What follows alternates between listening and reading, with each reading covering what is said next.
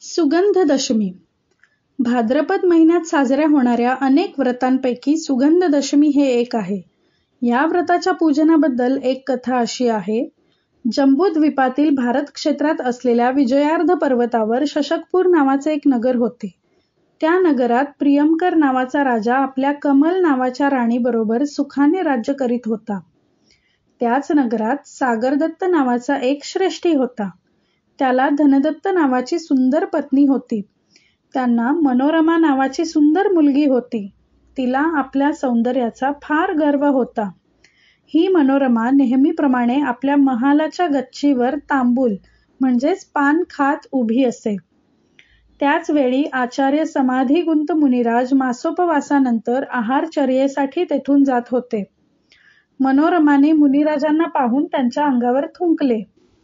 या महापापकर्मामुळे मनोरमाला भयंकर रोग झाला.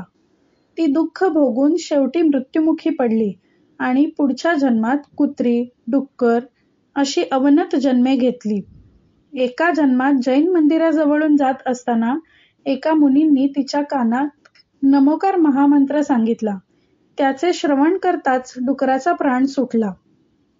त्या मंत्राच्या प्रभावाने ती मगध देशातील मथुरा नगरात राजा विजयसेनाच्या राणी वसंत तिलकेच्या पोटी पुन्हा जन्मली. परंतु राजा आणि राणींना ती कन्या दुर्गंधी झाली. एके दिवशी सागरसेन मुनिराज वसंत तिलकापूरच्या उद्यानात आले. राजा विजयसेनाने त्यांचे स्वागत केले आणि आपल्या मुलीच्या दुर्गंधाचे कारण विचारले. मुनिराजांनी तिच्या पूर्वजन्माचे कर्म सांगितले आणि सुगंध दशमी व्रत करण्याचा सल्ला दिला. सुगंध दशमी व्रत हे भाद्रपद शुद्ध दशमी दिवशी करायचे असते. या दिवशी नमोकार मंत्र म्हणत स्नान करून शुभ्र वस्त्र घालून जैन मंदिरात जाऊन तीर्थंकरांची पूजा करायची असते.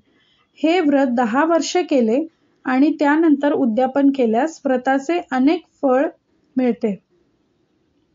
राजा विजयसेनाने हे व्रत आपल्या मुलीसाठी केले आणि काही महिन्यांतच ती सुगंधित झाली.